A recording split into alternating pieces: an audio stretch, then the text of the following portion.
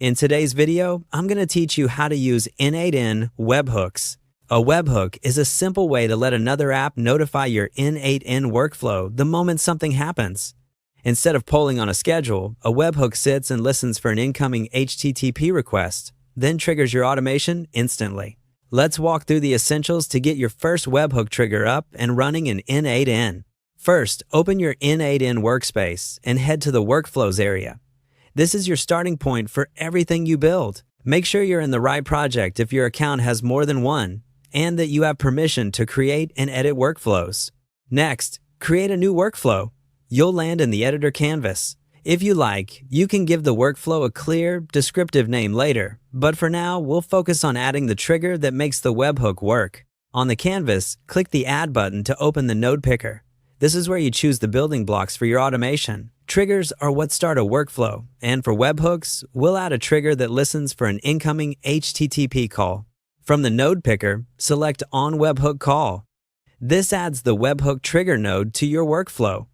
You'll see that n8n prepares a webhook URL for you. Often, n8n shows both a test URL and a production URL. The test one is used while you're developing in the editor, and the production one is used after you activate the workflow. The trigger also supports different HTTP methods and can receive query parameters, headers, and JSON bodies, but you don't need to change anything yet to test the basics. Copy the webhook URL shown in the node.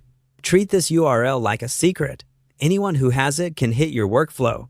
You can send data to it from any tool that can make an HTTP request. For example, many services let you configure a webhook callback, and developer tools like API clients can send a quick test payload.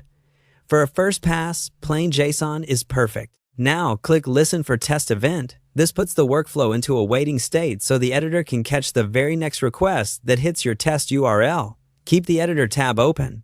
When a request arrives, n8n captures the payload, shows you the input data on the node, and confirms that the trigger is working as expected. This makes it easy to validate the structure of what you're receiving before you build the rest of your logic. That's it. You navigated to Workflows, created a new one, added the On Webhook Call trigger, copied the URL, and listened for a test event. From here, you can connect downstream nodes to process the incoming data and turn it into a complete automation.